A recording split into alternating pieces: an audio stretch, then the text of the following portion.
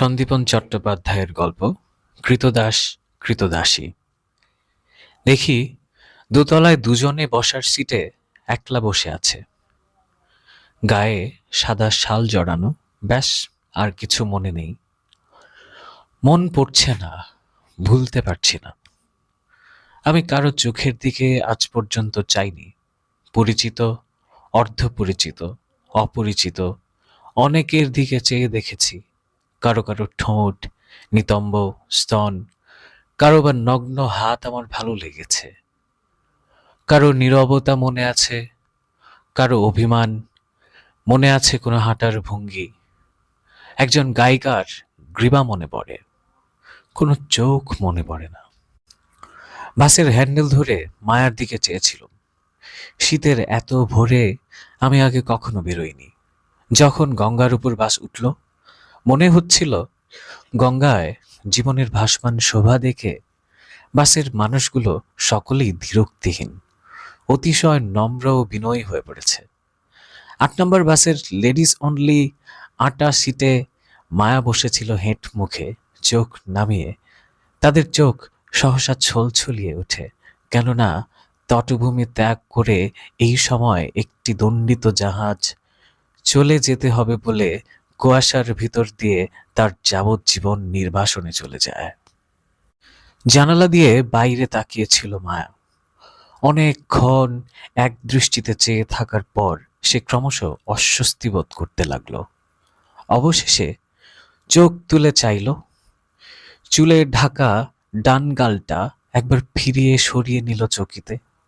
বাঁ গালে উড়ন্ত চুল, চাপা কাঁধ ও জাগ্রত কণ্ঠার ফাঁক দিয়ে সেই জাহাজের দূর মাস্তুল দেখা গেল একবার। বাস ব্রিজের উপর উঠছে, বেশ বোঝা যাচ্ছিল। পর মুহূর্তে সে আবার চোখ তুলে চাইল। ও, আমূল চমকে উঠল মায়া, হাসল একেবারে তৎক্ষণাৎ। শিকড় সস্বর করে উঠলে গাছের যেমন হয়, আমার সেরকম হলো।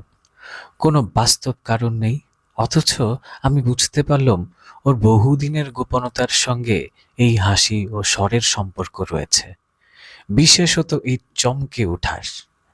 সেই তখন থেকে শুরু হলো এক আশ্চর্য আত্মহনন। সেই মুহূর্ত থেকে একেবারে তৎক্ষণাৎ ওর সঙ্গে মনে মনে কথা বলার এক আত্মঘাতী অভিজ্ঞতার মধ্যে আমি জড়িয়ে পড়লাম। আর বুঝলাম এইরকম চলবে। এই শুরু হলো। যতবার মায়ার সঙ্গে আমার দেখা হবে এই রকম চলবে, এই আমার নিয়তি। মায়া বলল, আরে আপনি? আমি মনে মনে বললাম, হ্যাঁ আমি। মুখে বললাম, চিনতে পেরেছেন? মায়া বলল, আপনারা ফিরলেন কবে পুরী থেকে? আমি মুখ তুলে উত্তর দিয়ে মনে মনে বললাম, তোমার সঙ্গে আবার দেখা হবে। ভালো আছেন? ভালো। বললাম, সাদা শাল জড়িয়ে বসে আছো। ওহো, কি সুন্দর দেখাচ্ছে তোমাকে। কোথায় যাচ্ছেন? মা জিজ্ঞেস করল। টিউশনিতে। আপনি এই ভোরবেলায়? এই এদিকে একটু কাজ ছিল। মায়া প্রশ্নটা এড়িয়ে গেল যেন। পরে জানতে পারবো, এখনই জেনে লাভটা কি? কিন্তু আমি কি জন্য বেরিয়েছিলাম এই ভোরবেলায়? কোথায় যাবেন জানতে পারলে টিকিটটা কাটি। ধন্যবাদ, আমি একটু দূরে যাব। আমি দ্বিতীয়বার বললাম, না। কি হবে? আবার তো দেখা হবে। তখন ২-৪ বছর পরে একদিন ও কোথাও যাবে, জানার থাকবে এবং টিকিট কাটার অনুমতি চাইতে হবে না। হ্যারিসন রোড দিয়ে হাওয়া কেটে বাস যাচ্ছিল। হাওয়ায় হ্যারিসন রোডে এক ঝাঁক পায়রা উঠছিল, এই উল্টে গেল, ক্রমশ আরো উপরে উঠে যায়, যেন শৈশবের স্বাধীনতা দিবসে যখন কুয়াশায় মাগো তোমার চরণ দুটি বক্ষে আমার ধুরি এই সঙ্গীত চিত্রে অর্পিত হয়। সভাপতি পতাকা উত্তোলন করছেন, নিচে একটি কালো ছিট শুভ্র পতাকা উড়ে যাচ্ছে পথপথ করে, উপরে আরো উঁচুতে। সেই হাওয়া কেটে হ্যারিসন রোড দিয়ে বাস যাচ্ছিল। অকারণে আমার মনে সূর্যোদয়ের জন্য অপেক্ষমান অমূল্য মুগ্ধতা জাগে। পাখি বা সূর্যাস্তের আলোয় বিলীয়মান নৌকা মনে পড়ে। জলকুলিতে রাস্তা ভিজিয়ে দিচ্ছে। অনেকেই এখনো ঘুমে অজ্ঞ। কেউ কেউ জেগে উঠে পায়চারি করছে রাস্তায়। সূর্য উঠতে পারে। কিরকম ঠান্ডা ঠান্ডা লাগে, কি রহস্যময় লাগে জানুয়ারির এই সব ভোর। তা অনেককেই বলে দিতে হবে না, কারণ অনেকেই জানে। অনেকেই বলবে হ্যারিসন রোডকে হ্যারিসন রোডের দর্পণ বলে মনে হয়। আমি কলেজ স্ট্রিটের একটা টিকিট কেটে কলেজ স্ট্রিট অব্দি ওর দিকে চেয়ে রইলাম, যার মধ্যে দু একবার সাদা শালটা আরো মুড়ি সুড়ি দিয়ে বসলো। ওর কণ্ঠা দুটি জেগে রইল আগের মতো। চেষ্টায় থাকার জন্য কথা ফুরিয়ে গেল না। একবার যখন ও জানলা দিয়ে মুখটা গলিয়ে দিল, আমার মনে হলো ওর শুকনো মুখ থেকে ধুলো উড়ে যাচ্ছে হু হু করে। ওর সেই ক্ষণিক অন্যমনস্কতার সময় কলেজ স্ট্রিট। ওকে কিছু না বলে আমি টুপ করে বাস থেকে নেমে পড়লাম। আমি কি রকম? ছোটবেলা থেকে সুন্দর ছেলেদের সঙ্গে আমার বন্ধুত্ব হয়েছিল। বেচুকে দেখে মা পর্যন্ত বলেছিল, আহা কি সুন্দর দেখতে রে তোর বন্ধু। বেচু জানে ওকে কেমন দেখতে। সবচেয়ে কুৎসিত লোক আমি দেখেছি আমাদের অফিসের চৌধুরী। প্রথম দিন আমি চেয়ে দেখতে পারিনি, আমাকে চোখ ফিরিয়ে নিতে হয়েছিল। চৌধুরী কি জানে সে কি কুৎসিত? জানার দিকে সাহস করে কিছু দূর এগিয়েছিল সে নিশ্চয়। আমি আমি জানি চৌধুরী বা বেচু কারো মতোই নই। আমাকে কেমন দেখতে আমি জানি না, আমার মা নেই। বাবা সৌদাগরি অফিসের স্ট্যানো ছিল বলে আঙুলে বাত নিয়ে রিটায়ার করেছেন। ব্যাংকে শুনেছি বাবার টাকা আছে। দাদারা বিবাহিত, সন্তানাদি আছে, চাকরি ব্যবসা ইত্যাদিতে উপার্জন করেন। মেজদা কোনোদিন খবরের কাগজে বেতার বার্তা পড়েন না, তবে অফিস ফেরত টিউশন সেরে নিত্য বাড়ি ফিরে প্রথমেই রেডিওর চাবি টিপে দেন। একটা কিছু গান বাজনা হোক বা কথাবার্তা তিনি শুনতে চান। সে সময় রেডিওতে তা হয়ও। এক একদিন দেরি হয়ে গেলে অবশ্য তখন রেডিও খুললে একটানা কুই কুই আওয়াজ বেরোয়। বড়দা এত উত্তেজিতভাবে ভাত খায় যে দেড়তলায় আমার এই গর্তের মতো ঘরটায় শুয়ে তার হুসহাস শব্দ শুনতে পাই। আমাদের বাড়িতে একটাই হাঁড়ি চড়ে। আমি কিছু লেখাপড়া শিখে চাকরি করি, আরো ভালো একটা চাকরি পাবো। জামাইবাবু ব্যবস্থা করেছেন দিল্লিতে। শুনেছি তখন আমাদের বাজার খরচ দৈনিক ৮ আনা হিসেবে বাড়ানো হবে। ততদিনে নিয়ম মাফিক হলে বৌদিদিদের ২-৩টে ছেলে পেলে হবে। ঈশ্বর ধন্যবাদার্হ যে ইতোমধ্যে যে দুদিন মায়ের সঙ্গে দেখা হলো, তার প্রথম দিন দাড়ি কামানো ছিল, জামা কাপড়ও ভালো ছিল। দ্বিতীয় দিন পোশাক ছিল শ্যাবি, কিন্তু দাড়ি কামানো ছিল। আরও একদিন দূর থেকে দেখেছিলাম সন্তোষ গোঁফটা অত্যন্ত সরু, ছোট বড় আর ছোছলো করে কেটে দিয়েছে সন্দেহ হওয়ায়। সন্দেহ কারণ ওর সেলুনের আরশিটা এত পাড়া ওঠা, উঁচু উঁচু আর এমন ব্যঙ্গ করে যে আমি ওর সামনে দাঁড়াবার ইচ্ছে থেকে দ্রুত সরে এসেছিলাম। যা হোক, এখন মাসের শেষ, তবু শুধু ওর সঙ্গে দেখা করার জন্য একটা আর্জেন্ট পাঞ্জাবি করতে দিয়েছি। ধুতি এবং সেটা ডাইং ক্লিনিংয়ে দিয়ে কেচে আসার পর ওর সঙ্গে পরপর ২-৩ দিন দেখা করবার চেষ্টা করলে ধুতি পাঞ্জাবি ময়লা হবার আগেই ওর সঙ্গে একদিন দেখা হবে বলে মনে হয়। আর চৌধুরীবাবু খুব আন্তরিকভাবেই অনুরোধ করেছেন, যেদিন মায়ার কাছে যাবে ভালো জামা কাপড় পরে যেও, আর চুলটা যেন আছড়েও যেও ঠিক মতো। চুলটা যদি অল্প শ্যাম্পু করি আমাকে কেমন দেখায়। আজ রাত ৮টা নাগাদ ৩ আনায় আমি আর সুরেশ্বর দুজনে টিফিন করলাম খাস চৌরঙ্গিতে। খিদিরপুরের প্রাইভেট বাসগুলো যেখানে দাঁড়ায় সেইখানে। জল আর পেট্রোলে থকথক করছে জায়গাটা। একজন পাঞ্জাবি সিলিং পর্যন্ত জালে মোড়া টিকিট ঘরটায় হেলান দিয়ে দাঁড়িয়ে। কেউ কেউ ব্যাগ কাঁধে ঘোরাঘুরি করছে। তাদের ঘামের গন্ধ, সারি সারি লাল শালুর উপর পাতা পান সিগারেট, গরম আলু কাবলি, স্তূপাকার ফুচকা, ভাঁড় ভাঁড় তেঁতুলের ঝোল। স্থান জুড়ে এখানে একটা টকচা গন্ধ। প্রায় 15 কি 20টা বাস হা হা করছে ফাঁকা। একটা বাসে কিছু যাত্রী উঠেছে, মোমিনপুর যাবে। কখন ছাড়বে ঠিক নেই, কিছুই ঠিক নেই। ওদূরে প্রথিত মনুমেন্ট, আরো দূরে কলকাতার লাল নীল ক্ষত দগদগ করে জ্বলছে। বেদুইন যুবতী ঘুরছে দামি শাটিনের সালোয়ার পরে, ছেলেটাকে বুকের কাছে শুইয়ে, পাশে বৃদ্ধা, পিছনে উৎসাহী কুকুর, আরো পিছনে কলকাতার এক মাঠ প্রয়োজনীয় অন্ধকার। দুয়ানার মুড়ি মশলা খেলাম দুজনে। কত সুন্দর এই মুড়িওয়ালা, দোগাল মুখে দিয়েই তা বুঝা গেল। ঝাল পেঁয়াজ আদা দিয়েছে, তেল দিয়েছে, সবুজ ও লাল লঙ্কার টুকরো, আর ঠিকমতো নুন দেওয়ায় বিশেষ স্বাদু। চাওয়ালাকে বললাম, দুভারে 2 পয়সা করে চা দাও ভাই। চাওয়ালা আশ্চর্য, দিল। খুঁড়ি ভর্তি করেই দিল, আমাদের দুর্বল আপত্তি অগ্রাহ্য করেই দিল। সুরেশ্বর জিজ্ঞেস করল, is that charity Bijan?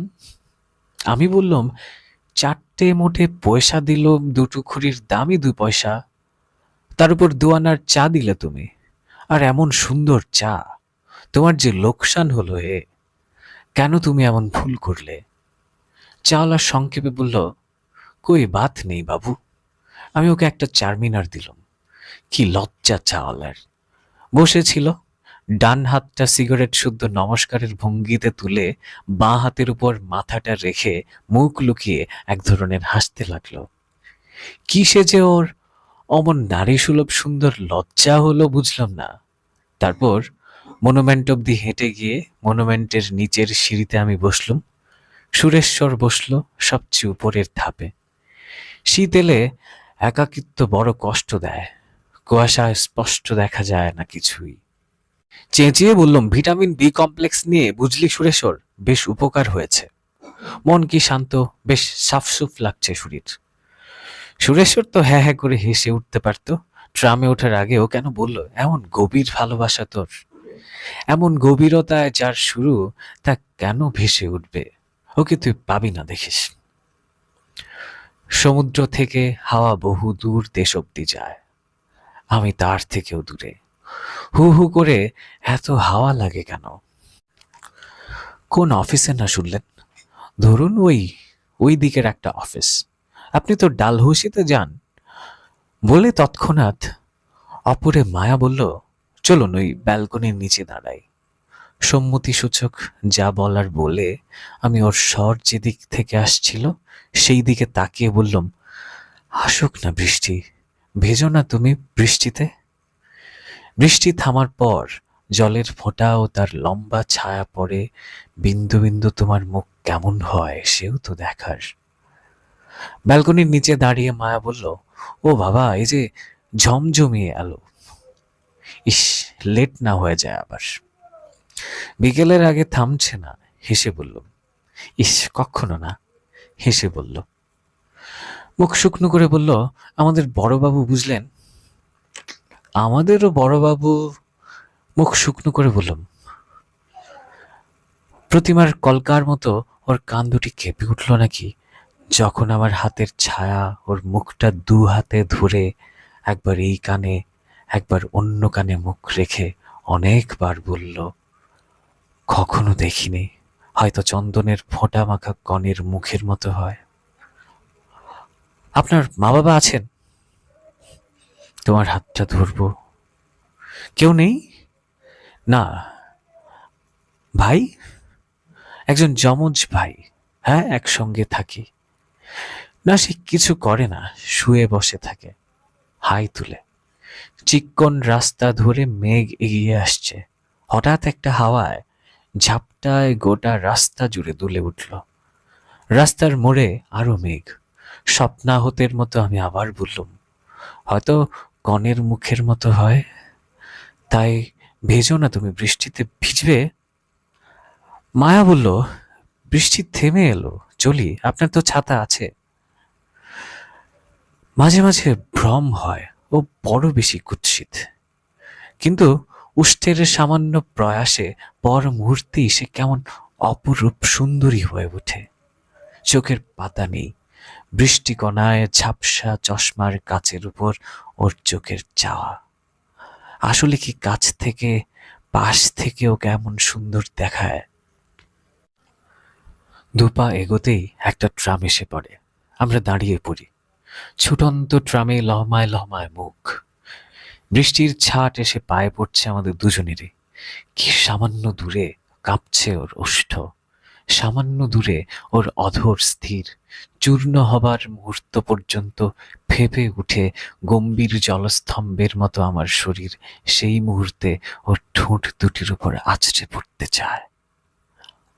Tram চলে গেছে। বৃষ্টি ধীরে ধীরে থামল। একই ছাতার নিচে আমরা দুজনে পাশাপাশি দাঁড়িয়ে। টপ করে একটা ফোঁটা পড়ল ছাতার উপর।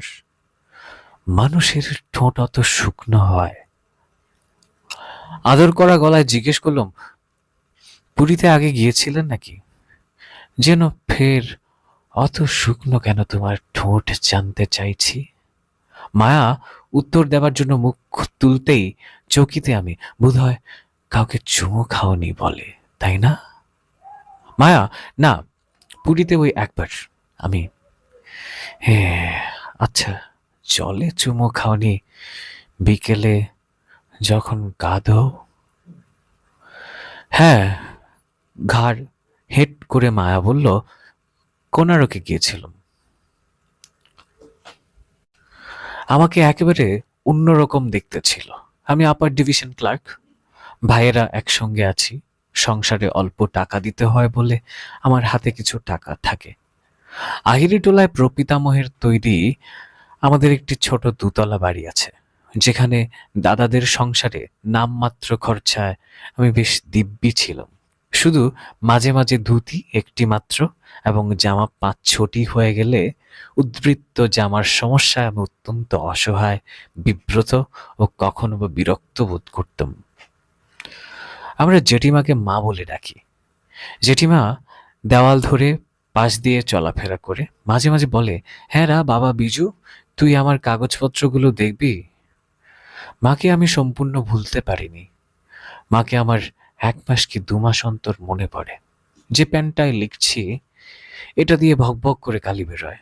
ভকভক করে এছাড়া যা যা বের হয় সবই ঘৃণা করি, যেমন মানুষের সেন্টিমেন্ট। যা হোক, ক্যাপ খুলে আমি মশারিতে কালি মুছলুম। রোজই মুছি। এই কথা ভাবতে ভাবতেই মুছি যে মশারিটা আমার বিধবা দিদি পরশুদিন সোডা সাবান দিয়ে কেচে খুবই পরিশ্রান্ত হয়ে পড়েছিল। পেটে একটা ছেলে থাকলে কি হবে, বৌদিকে কিছুদিনের মধ্যেই আবার এটা কাচতে বলতে হবে। এইমাত্র আমি জানলার জালের গায়ে থুতু ফেললাম, গয়েরও ফেলি। কমলা লেবুর ছিবড়ে ও শুকনো গয়রে জালের অনেকগুলো গর্ত বুজে গেছে। ফলে আমার সাদা চাদরখানা রোদ পড়লে লাল কালোর একটা শতরঞ্চি হয়ে দাঁড়ায়। বিকেলের কথা মনে পড়ল। সন্ধ্যের আগে আমার রোজ মাথা ধরে। আমি সারাদিন দৌড়বুদ্দ চারমিনার খাই। বছরখানেক আগে প্রথম বর্ষার দিনে একবার আমি বাড়ি ছিলাম। বিকেলে মেজদার বাচ্চা বুচুকে নিয়ে গেলাম ছাদে। ও ছোটে বৃষ্টির মধ্যে চলে গেল। ছাদে গড়াগড়ি খেতে লাগলো। দেখে আমি ওকে ভালোবেসে ফেললাম। একটি শিশুকে ভালোবাসতে পারছি আমি দেখলুম। কিছু পরে ওর গা হাত মুছিয়ে দিলে বুচু পকেট থেকে একটা লাল বেলুন বের করে বহু কষ্টে ও দীপ্ত মুখে তা ফুলাবার পর মনে আছে একটা ছোট্ট পিন দিয়ে আমি সেটা ফুটো করে দিয়েছিলাম। আমি শেষ পর্যন্ত ভালোবাসতে পারতাম না কোনো কিছুই। আবার কারোকে খুন করার ইচ্ছাও আমার কোনোদিন হয়নি। রাগ, ঈর্ষা, অভিমান এসব কিছুই আমার হতো না। পৃথিবী ও মানুষকে আমার মনে হতো একটা ছিবড়ে। কালক্রমে নিংড়ে অভিজ্ঞতা যার থেকেই সবই নিয়ে নিয়েছে। বন্ধুরা পটাপট প্রেম করলে আমার ঈর্ষা হয়েছে বলে মনে করতাম শুধু এই কারণে যে তা করে একটা প্রকারান্তর যৌনতা তারা পায়। প্রেম করার নামে প্রায় সকল বন্ধুর আলজিভে জল পড়া এমন যে যে কোনো বুদ্ধিমান দালাল একটি আস্ত নপুংসককে মনোমাফিক মেকআপ দিয়ে তার মানসী করে দিতে পারে।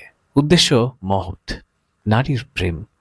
তবু পা টিপে সেদিকে এগোনো কি উচিত? কিন্তু কে শোনে কার কথা? কোনো স্মৃতি নেই, বিস্মৃতি তো পরের কথা। আমার যুবক বন্ধুদের লোভ ছাড়া কোনো ঔদাসীন্য নেই, দেশে আমার মনস্তাপ ছিল। কেননা প্রেম হয়, কেউ করে কি?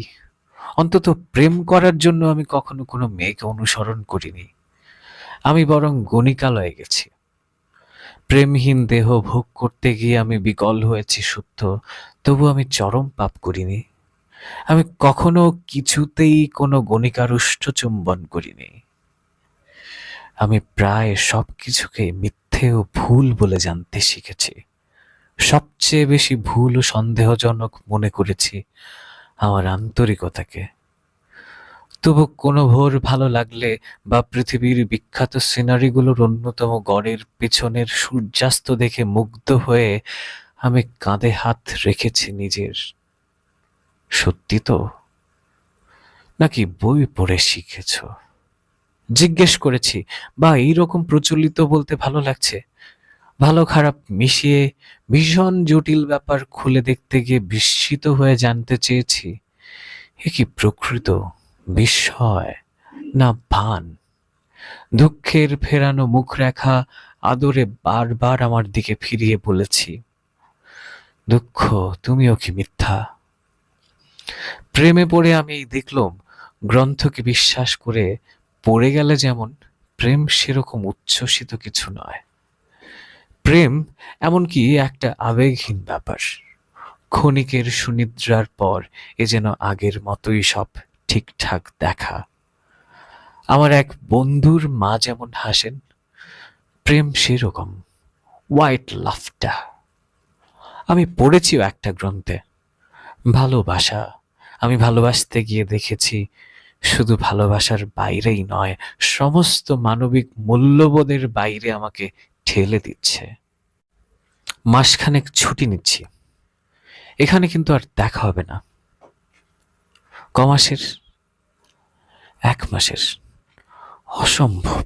না, না। ঠিকানা মনে থাকবে তো? মায়া বলল, গেছে নদীকে। প্রাণপণে মনে রাখার চেষ্টা করছি। কেন? এ কেউ কি মনে রাখা বলে নাকি? এ তো ভুলে যাবার বিরুদ্ধে সতর্কতা, একাগ্রতা। কারণ দ্রুত ভুলে যাওয়া একে ছেঁকে ধরছে কি নিঃশব্দে। কি বললে? 4-2 না, না, 4-2 না, শশী সুর লেন, না, না, না, না। তুমি কিছুতেই আমার চোখের দিকে চাইবে না। মুখের উপর ছাউনি ফেলে রেখে খালি ফাঁকি দেবে, সে হবে না। কখন যাব বলুন তো, আমি জানতে চাই। সন্ধ্যের পর আসবেন একদিন, বাবার সঙ্গেও দেখা হবে। সামনের সপ্তাহে যাব। ঠিকানা মনে আছে তো? আছে কি? পরে মনে করে দেখলে বুঝতে পারবো। বললাম আছে। ও, আবার সেই আমূল চমকে ওঠা। বাস আসছে। কটা বাজলো দেখুন তো। পাঞ্জাবির হাতা সরাতেই ওর মুখ আশাময় উজ্জ্বল উঠল কেন? আমার ঘড়ি আছে এই দেখে, ওর অনুমান সত্য এই জেনে, ওর কাছে একটা পেন্সিল আছে অকারণে জন্ম নিয়ে, এই বিশ্বাস আমার মধ্যে বদ্ধমূল হতে দেখি। থাকবে না বা কেন? আপনার পেন্সিলটা দিন তো। কি? নেই? মাথা নিচু করতে বাধ্য হলো। পেন্সিলটা ব্যাগ থেকে বের করে বাড়িয়ে দিল। কলের পেন্সিল। পিছন ঘুরাতেই শিস বেরোয়। 4-এর 2-এর। মায়া হেসে ফেলল। ও মা, কিসের উপর লিখছেন? ও হাসছে, মুখে রুমাল চাপা দিয়ে কুলকুল করে হাসছে। হাসিটা আমার পক্ষে ভালো কি? আমাকে কি অসহায় দেখাচ্ছে? দাড়ি কাটা থাকলে আরো শীত শীত লাগতো। ও কি আমাকে বাঙাল ভাবছে? ও নিশ্চয়ই ভাবছে এর আগে কোনো মেয়ের সঙ্গে আমার আলাপ হয়নি। বললুম, আমার কাছে কাগজ নেই। তাই বলে নোটের জলছাপের উপর? কেবল হাসি দিয়ে যে ঠোঁটটুকু ভিজিয়ে রেখে কৌতুকে অস্থির হয়ে মায়া বলে উঠল, আপনার কাছে কাগজ আছে কি? না হয়ে নেই, অনেকটায় পায়রার মতো ডানার আড় ভেঙেও অবিকল কুহর কেটে সে বলে ওঠে, বেশ বাবা, ওতেই লিখুন। ছানার জলের মতো নীল কুয়াশায় শ্যামবাজার ডুবে রয়েছে এখনো। বেলগাছিয়ার দিকটা আদৌ দেখা যায় না। দূরে রেল ব্রিজের উপর থেকে একটা কালো রঙের পুলিশ ভ্যান নেমে আসছে নিঃশব্দে। কুয়াশা বাসটাকে কত মন্থর ও ফিকে করে দিয়েছে, দূরত্ব বাড়িয়ে দিয়েছে অনেকটা। গাড়িটা সোজা আসছিল এইদিকে। আমাদের কাছে পৌঁছে অকস্মাৎ চাপা গর্জন করে ওঠে। কেননা ঢাকা গাড়ির ভেতর থেকে এই সময় কয়েদিদের সমবেত জয়ধ্বনি শোনা যায়। কারণ সম্ভবত আরজিকর হাসপাতালের পেছনে এইমাত্র সূর্য উঠছে। দূরে রশ্মি রেখা দিয়ে সাজানো রেলওয়ে ব্রিজ মূর্তিমান ধাঁধার মতো দাঁড়িয়ে। চারের মুখ নাচিয়ে মায়া বলল, এর মধ্যেই? মাসখানেক ছুটি নিচ্ছে। অন্য মনস্ক গলায় বলল কি? ও বলল, এখানে আর দেখা হবে না। কেন জিজ্ঞাসা করার বদলে আমি বিষাদ খুঁজেছি দেখে যেন বা ওর বিশ্বস্ততার ফাঁক দিয়ে স্তন দেখা যাচ্ছিল। এমনি ভাবে হঠাৎ সচকিত হয়ে উঠে মায়া বলল, ও কি, নিন লিখুন চটপট। চলি, পাগলাটে গলায় বলল।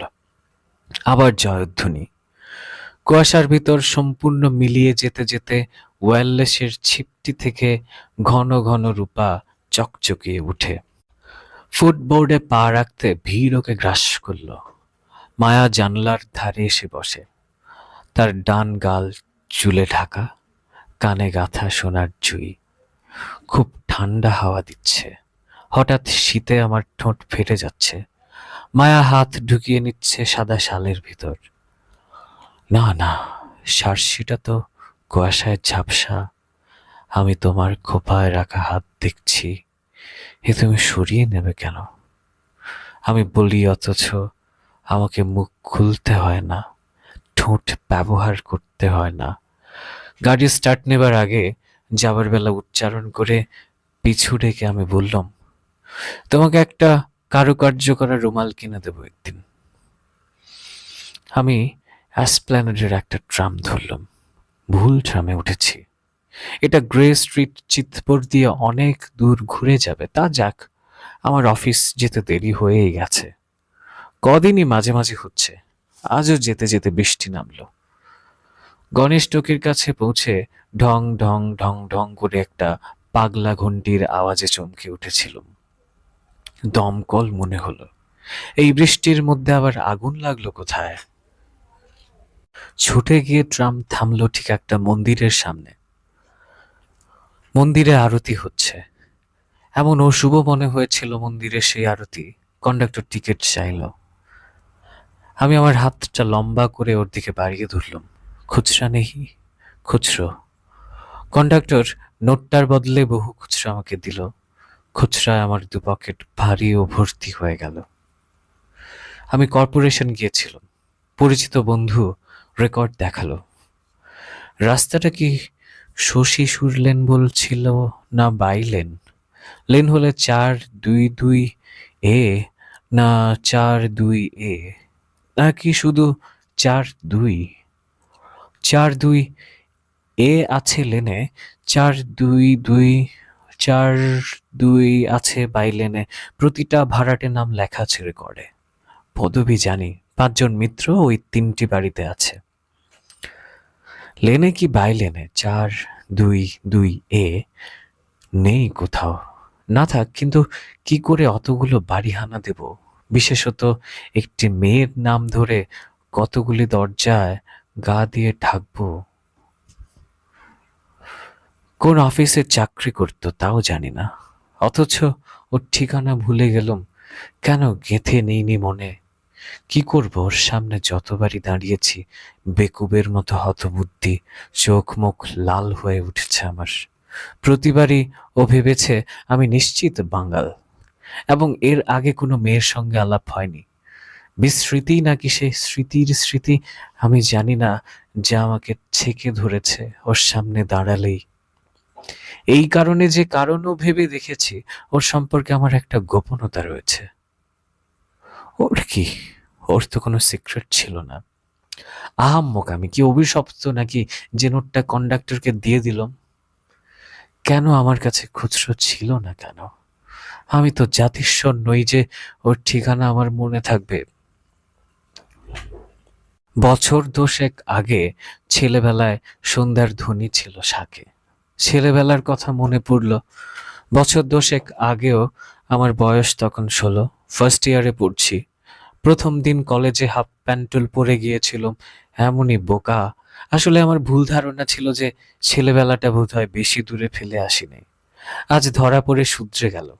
কিন্তু সে যাই হোক, মনে পড়ে ছেলেবেলায় সরস্বতী পুজোর দিন খুকু যেদিন প্রথম শাড়ি পরল, হলুদ ছোপানো। সেই প্রথম দিনেই ওকে বলেছিলাম, এই আমাকে বিয়ে করবি? ও বললে, তোর মায়ের সব গয়নাগুলি দিবি? আমি নাকি বলেছিলাম, দাও না মা। মা আমার গা চাটত, বলতো স্কুলে পড়া পারিসনি তো। বলতো আজ তোকে দুটো পয়সা দেবো, বিজু কি কিনবি? আমি নাকি বলতাম, বুড়ির চুল। কাউকে বলিসনি যেন তোর বাবা আমাকে মেরেছে, বলবি ছড়ে গেছি, পুড়ে গেছি, বুঝলি? মা আমাকে বলেছিল। বলতো তুই এবার ফার্স্ট হবি। ছেলেবেলায় সন্ধ্যায় ধ্বনি ছিল শাঁখে। ভূমিকম্প না হলে কেউ কি আর শাঁখ বাজাবে না? সেই সকালে অফিস যাবার জন্য বেরিয়ে আজ আর বাস থেকে নামলুম না। তারপর অনেক রাত পর্যন্ত বাসে বাসেই ঘুরে বেড়ালাম। একবার এ বাসে উঠি, একবার ও বাসে। সারা কলকাতার কত রাস্তায় কতবার যে ঘুরলাম। লাস্ট বাসে একটা ঘটনা ঘটল। বিরক্তি, ক্লান্তি বা শূন্যতা হয়ে বসে আছি এক কোণে। হঠাৎ ফুলের গন্ধ ঘ্রাণে এলো। এ কি ফুল? একবার মনে করার চেষ্টা করে মনে পড়ল না দেখে আর সে চেষ্টা করলাম না। তারপর একটা কটু গন্ধ পেলাম, তামাকের। তামাকের গন্ধ বাসে উঠতেই ফুলের গন্ধ বাস থেকে নেমে গেল। কিছুতেই দুটো গন্ধ মিশল না। কিছুক্ষণ পরে শুধু ফুলের গন্ধ পেলাম। চেনা ফুল। এক ভদ্রমহিলা, বছর 30, পাতলা গড়ন, কিশোরী মেয়ের মতো ছোট স্তন, শরীর ধসে যায়নি। বহু বছরের দাম্পত্য সত্ত্বেও দেখে আমি প্রীত হয়েছিলাম।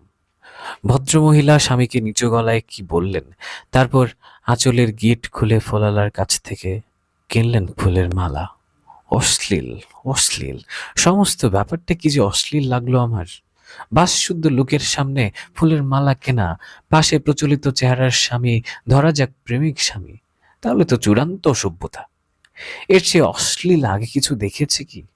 অনায়াসে নির্জনে ও একা ফুলের মালাটা কিনতে পারতেন।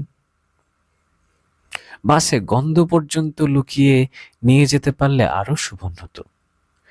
এই বিনবিনে ঘাম, পেট্রোলের গন্ধ, চোখ, সর্দি, কাশি, কন্ডাক্টরের চিৎকার, প্রকাশ্য আলোয় এই ফুলমালা কেনা দেখা, পটপট করে ব্লাউজের বোতাম খোলার মতো তাদের শোবার ঘরের মধ্যরাতের জানলাগুলি আমার চোখের সামনে খুলে গেল। দেওয়ালে ক্যালেন্ডারে ঈশ্বরের ছবি ঝুলছে। মঙ্গলবারের নিচে রয়েছে 5টা তারিখ, 1, 8, 15, 22, 29। কোনো এক 8ই মঙ্গলবার ও 9 বুধবার, এ কথা ক্যালেন্ডারে রয়েছে। কিন্তু এই যে আজকের এই দিনটা, আজ মঙ্গলবার না বুধবার, 8ই না 9, এটা বোঝার কি উপায়? মানুষকে এমন কোনো উপায় আবিষ্কার করেছে যাতে করে আজ এই আজকের দিনটা 8ই না 9, মঙ্গলবার না বুধবার, এ কথা নিশ্চিতভাবে বলা যায়। যদি ধরেই নেওয়া যায় এটা মার্চ মাস, 1961 সাল, তাহলে ক্যালেন্ডার থেকে এটা অবশ্য যথেষ্ট স্পষ্ট যে আজ 9 হলে হলে তবে মঙ্গলবার, 8ই হলে যেমন বুধবার, এবং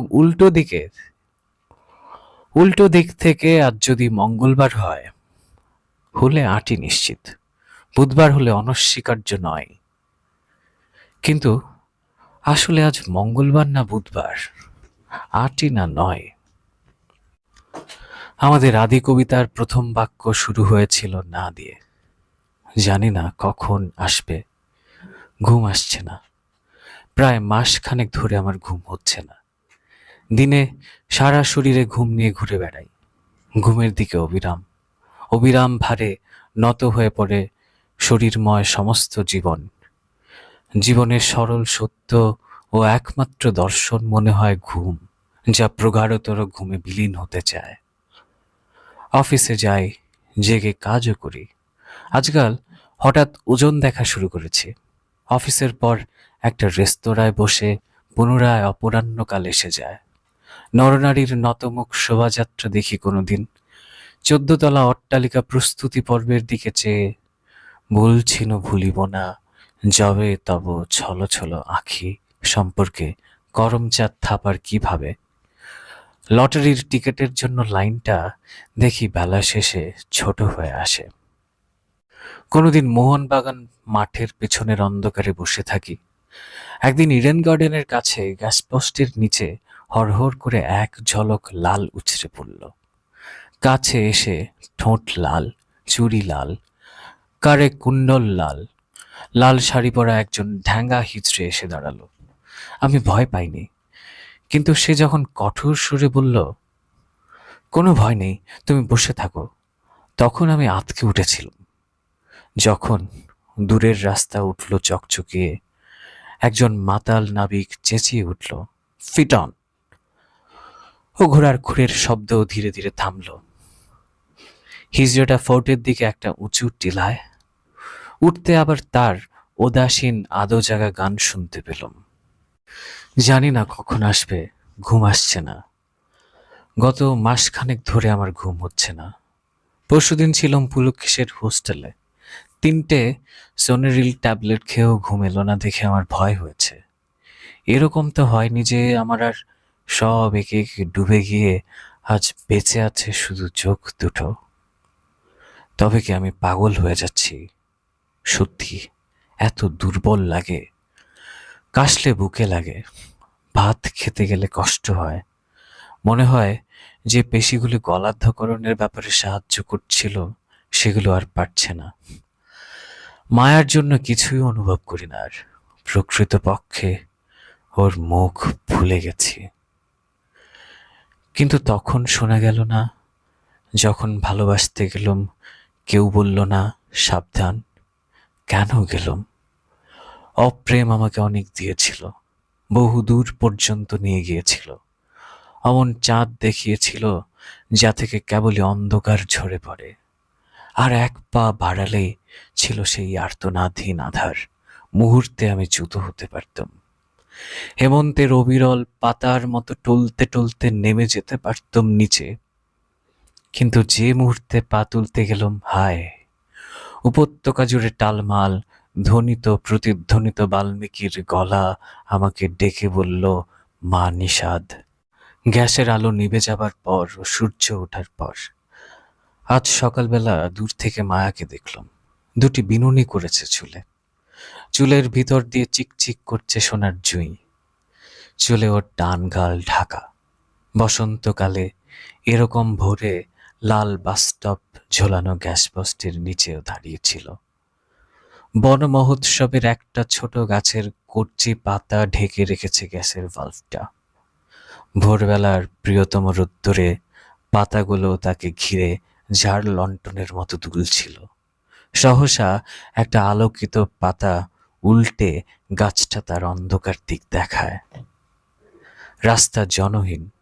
ফুটপাতের উপর জাল ফেলে সারি সারি আরো গাছ নিস্তব্ধভাবে দাঁড়িয়ে।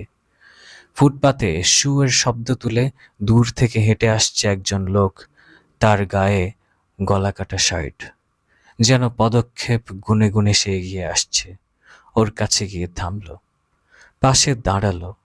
ধুলো উড়িয়ে লোক বুঝাই বাস চলে গেল না থেমে। সকালের লাল ধুলো ওটা সিন্দুরাব আলো মায়ার পায়ের দিক থেকে উপরে উঠেছে ঘূর্ণি দিয়ে। কুশণ্ডিকায় কোনোকে থেমে সিঁদুর ঢালার সময় যেমন হয়, ধুলোট সিঁদুরে ওরা গা ভরে যাচ্ছে। দুই গালে লাগলো, সমস্ত মুখ রক্তাভ সিঁদুরে ঢেকে গেল। চুলগুলি উড়াউড়ি করছে তার উপর। একটা বাস গেল, আরেকটা বাস থামল। ঘষা কাচের ভিতর দিয়ে হ্যান্ডেল ধরার জন্য উত্তেজিত শাঁকা পড়া সাদা হাতটা পলকের জন্য দেখা গেল একবার। তারপর ভিড় এসে ওই নিমজ্জমান ব্যাকুলতা গ্রাস করল। তারপর বহুক্ষণ দাঁড়িয়ে থেকে তারপর রেস্তোরাঁয় একটা কারুকার্য করা পাখার নিচে বসে আমি ফুটপাতের ধারের কার্নিশে নির্জন পায়রার একটা ছবি দেখতে লাগলাম। ওরা সবাই উঠতে গেছে, ও যায়নি কিছুতে। ও ভোরের রাঙা পা দুখানি বিস্মৃতিতে ডুবালো। কেউ জলে ঢেউ দিচ্ছে না। দেখতে দেখতে লাল হয়ে উঠল সারা পুকুর। পুকুর ওর আলতা মাখা পা দুখানি ধুয়ে দিচ্ছে। সারা দুপুর রাস্তা দিয়ে মেঘ গেল। সন্ধ্যা হলে গা ধুতে এসে জলে ঢেউ দিল কে? রক্তের পুকুরে সর পড়ছে সাদা, একটা সাদা শালুক শুকে ভাসছে ফুটপাতে দাঁড়িয়ে আমি দেখে এলুম। এখন অনেক রাতে বিছানা পেয়েছে, শান্তি নিস্তব্ধতা। এখন ভেবো না কোনো কথা, এখন শোনো না কোনো স্বর। নির্জন ঘর, রক্তাক্ত হৃদয় মুছে ঘুমের ভিতর রজনীগন্ধার মতো মুদে থাকো। রেনুর কাছে গিয়েছিলাম, আরেকজন লোক আসতে ও বের করে দিল। পূর্ণেন্দুর ওখানে গিয়েছিলাম। রসা রোড থেকে হেঁটে এলাম। সমস্ত পথে গভীর রাতের কয়েকটি লোক উল্টো দিকে হেঁটে গেল। পার্ক স্ট্রিট ছাড়াতে অট্টহাস্য করে উঠেছিল কয়েকজন। তারপর থেকে চোখে জড়িয়ে যাওয়া রাস্তা, ফুটপাত বদল, রাস্তা, ফুটপাত বদল, বাড়ি, পাঁচিল টপকানো। আজ অমাবস্যা, কালোর মধ্যে মিশে যাচ্ছে বলে একটা কাক অস্ফুট স্বরে ডেকে উঠল, ক।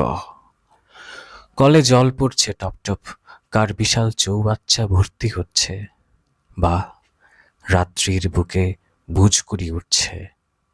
বা দুপুরে ঘুঘুর ডাকের মতো শব্দ হচ্ছে। রাত দুটো আর দুপুর দুটো কি একরকম? কোথায় ঘন্টা বাজছে মন্দিরে এত রাতেও? দুপুরবেলা গলি দিয়ে কাঁসি বাজিয়ে বাসনালা যায়, এইরকম আওয়াজ হয়। না, মন্দিরে না। দেখেই তো এলো মোড়ে রক্ষে কালী পুজো হচ্ছে। রক্ষে কালীটা কি কালো? জীব লাল টকটকে। তৃষ্ণায় কা করে ডেকে উঠলে কাকের জীব যত লাল তত। মা আলতা পরত, সিঁদুরে মুখ ঢেকে শ্মশানে গিয়েছিল। ভালোবাসা বলে কি কিছু নেই?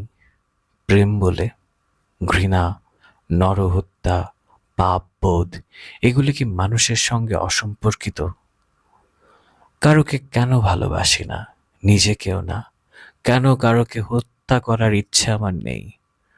ও, একটা শেয়াল জল খাচ্ছে। জ্যোৎস্না চমকানো ছোড়ার মতো চকচক শব্দ উঠছে।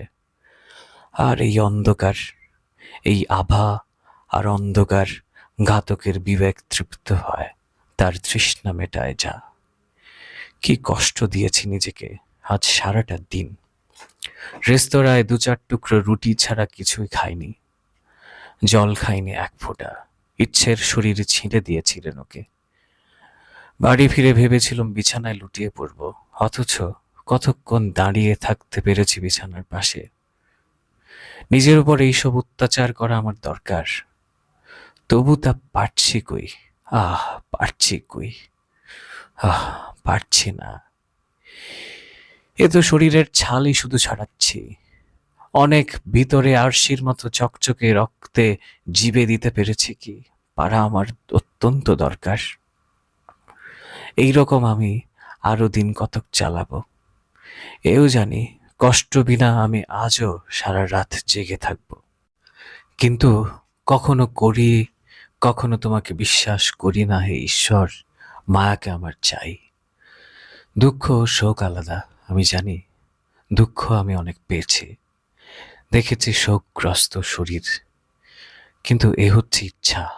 রাতে লেপের নিচে আমার উদ্বিগ্ন হাত শরীরময় খুঁজে বেড়ায়।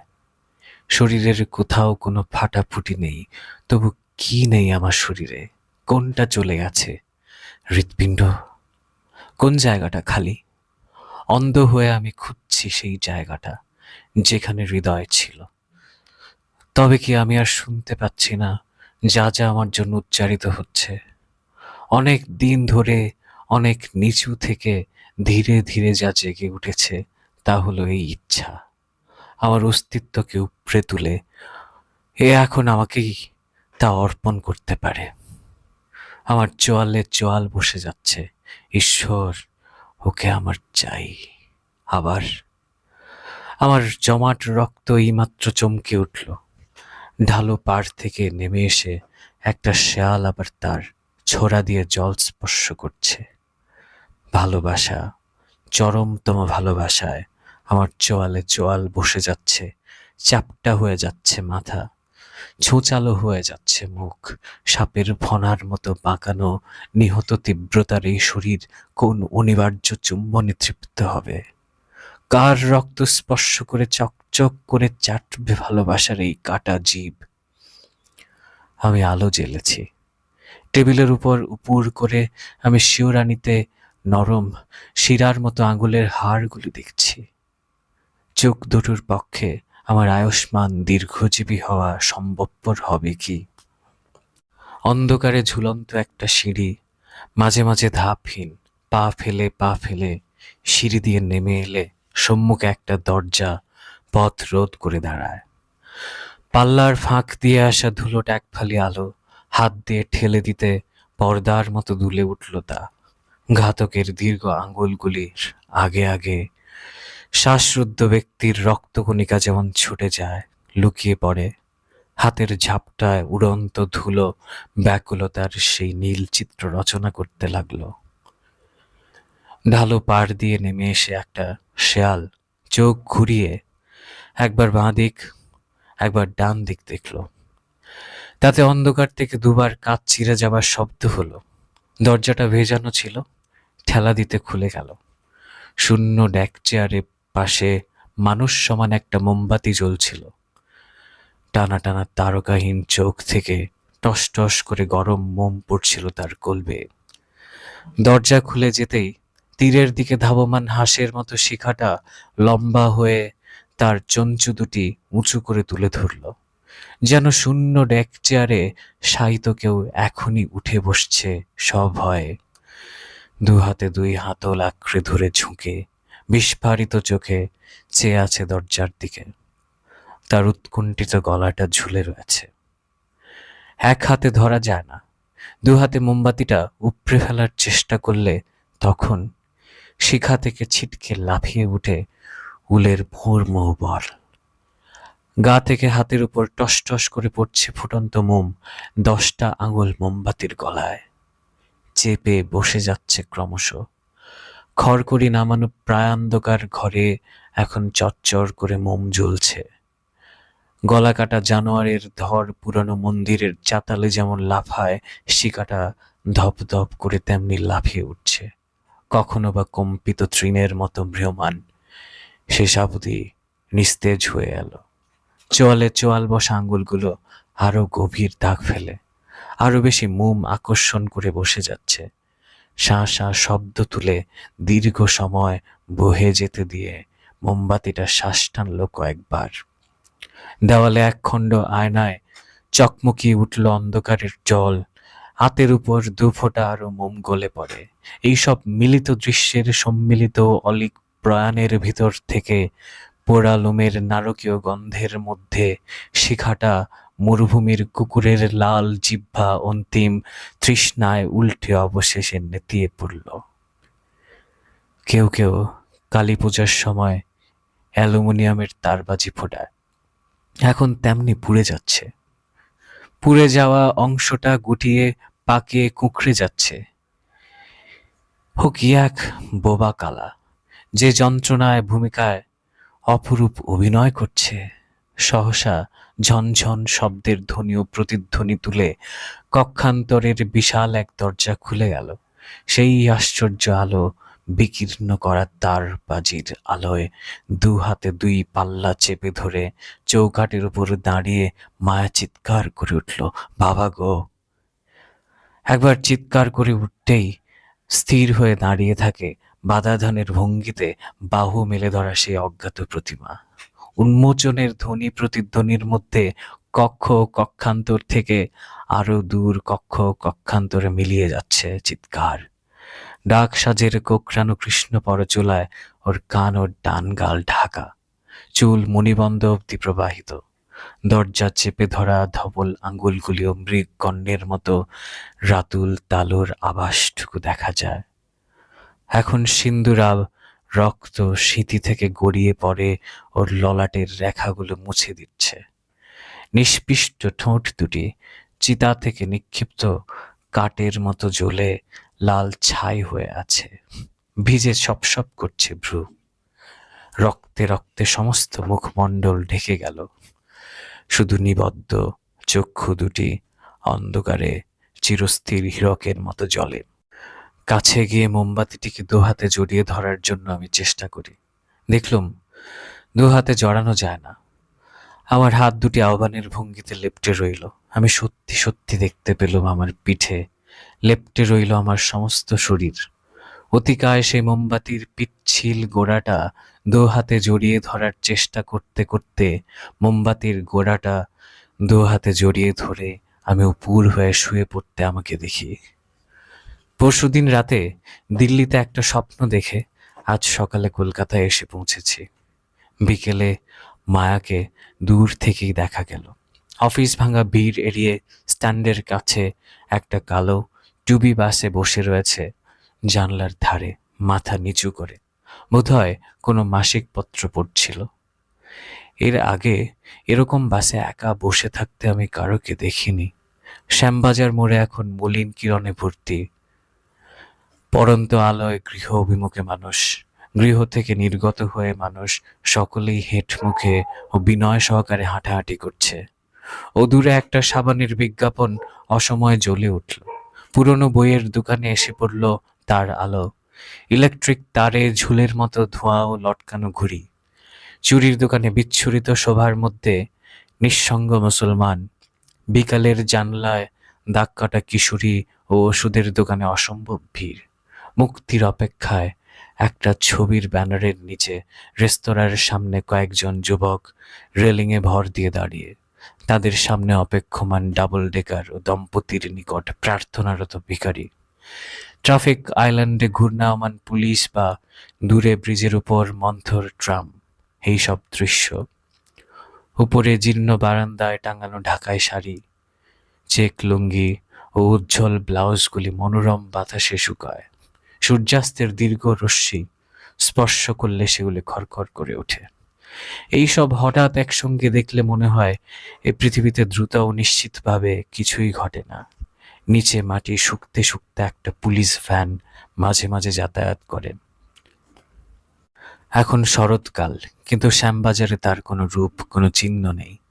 বাসের কাছে গিয়ে দাঁড়াবার পর ও অনেকক্ষণ এক দৃষ্টিতে চেয়ে থাকার পর মায়া চোখ তুলে চাইল। আরে আপনি?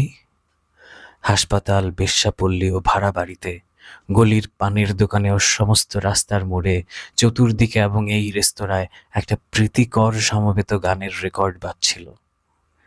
কেবিনে ঝুলন্ত ঢাকা আলোর নিচে ব্যস্ত না হয়ে আমরা অলসভাবে কথাবার্তা শুরু করলাম। বাবা, আমার জামা কাপড়ও সব জানেন দেখছি, মায়া বলল। আগে দেখিনি তো, তাই বলছিলাম। আমি বললাম, গেরুয়া রঙের, অথচ মজা দেখুন। সপ্তমীর দিন আমার জন্মদিনে বড়দি এটা কিনে দিয়েছিল বাগবাজারের এক্সিবিশন থেকে। না, সত্যি এই শাড়িটা আমি আগে পরিনি, অন্তত আমি দেখিনি। সাফল্যে হেসে ফেলে বাকিটুকু বললাম শুধু ওর মুখের দিকে চেয়ে থেকে। এর আগে খালি বাসে একা বসে থাকতে আমি কারোকে দেখিনি। 7-8 মাস দেখা নেই। কোথায় ছিলেন? কই বললেন না তো? ও সত্যি? মায়া কুলকুল করে হাসতে লাগলো। তারপর ওখানে ওরা কি বললে? হে হে, তাই তো। আমার অফিসটা কোথায় আপনাকে বলিনি না? ইস, কি অ্যাম্বিশিয়াস।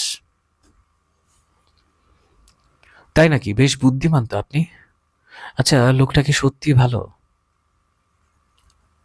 আপনার ভাই নেই? তবে যে বলেছিলেন, কি মিথ্যাবাদী আপনি। স্ফুরিত টোঁটে মায়া বলল, আন্তরিকভাবে চেয়ে থেকে বলল, আপনার মার সঙ্গে আলাপ করিয়ে দেবেন না? বেঁচে নেই কথাটা এমন দুঃখিতভাবে বলল যে শুধু অস্ফুট স্বরের নেই শোনা গেল। আমার দ্বিতীয়বারের কাপের কিনারায় চিনি ভর্তি অ্যানাবেলের চামচটা কাঁপতে লাগলো, যেন একটা শিহরণ ধরে আছে দু আঙুলে। যখন ও আগ্রহ ভরে আমাকে অভিযুক্ত করলো, মা নেই, বাবাকে দেখেননি, কে আছে তবে আপনার? এই সময় সত্যিই একটা অদ্ভুত ব্যাপার ঘটল।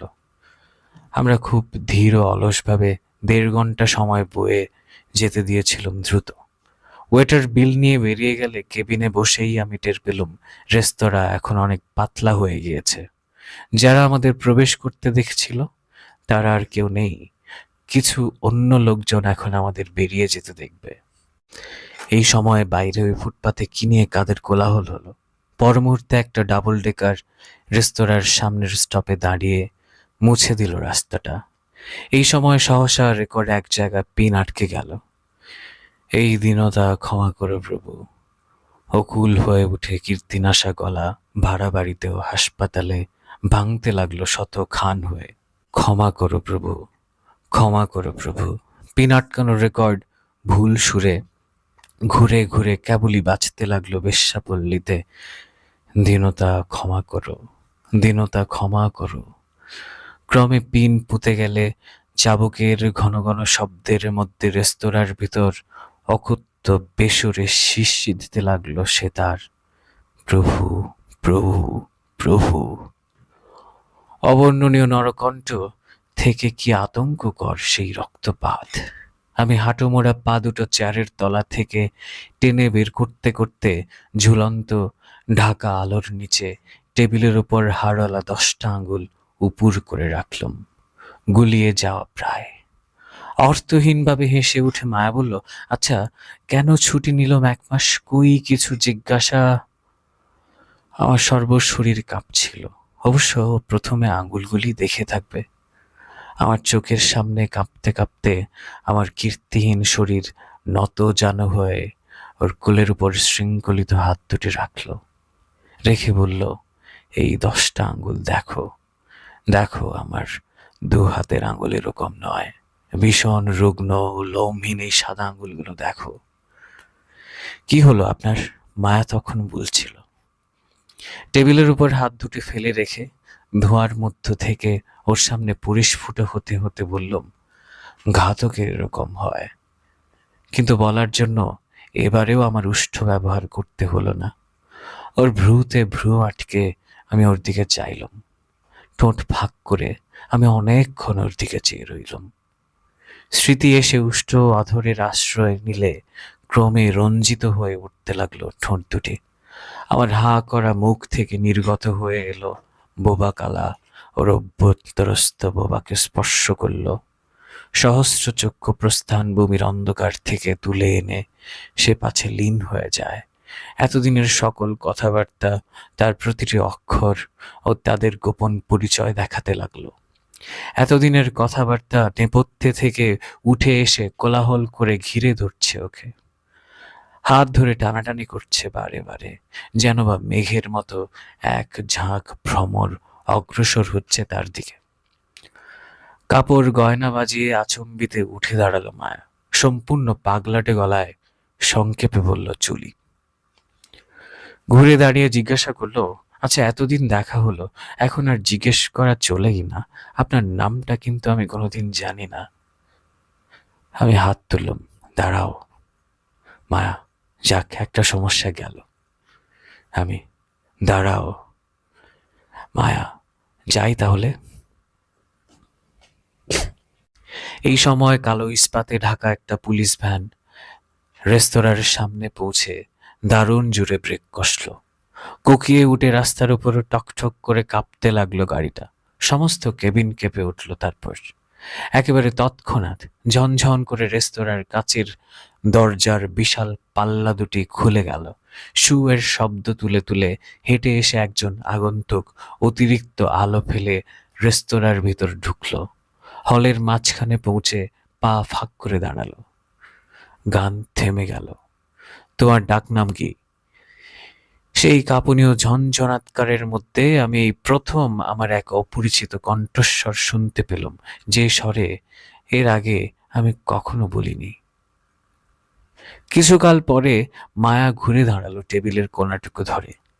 কেবিনের ঢাকা আলোর নিচে টেবিলের উপর পড়ে থাকা অস্ত্রহীন নিপাতিত নগ্ন আমার হাত দুটি নেড়ে দেখল। পরে বাঁ দিক উল্টে অন্ধকার থেকে ডান গাল ফেরালো। অলস মুঠিতে কানের পেছনে কেশরাশ তুলে ধরে রেখে ক্ষণকাল ধরে তার ডান গালের গভীর ক্ষতচিহ্ন দেখালো। উড়ন্ত পর্দার ধার থেকে শান্ত নিস্তব্ধভাবে সে আমার চোখের দিকে তাকায়। কতক দূর থেকে সে আমার দিকে তাকিয়ে আছে, যেন তার শীতচক্ষু দুটি পৃথিবীতে কিছুই দ্রুত ও নিশ্চিতভাবে ঘটে না এই জেনে তা সমর্থন করছে। দর্পণের মুখোমুখি দাঁড়িয়ে নিজের হাসি সচক্ষে দেখে মাতাল যেমন করে হাসে, আমি সেই রকম হাসলাম। সে বলল, এ আমি জানতাম। আমি, তুমি বিধবা হয়েছ আমাকে বলনি কেন? সে, জানি যে তুমি আমাকে বিধবা করেছ। কৃত্তিবাস, গল্প সংখ্যা 1960, শ্রাবণ 1367।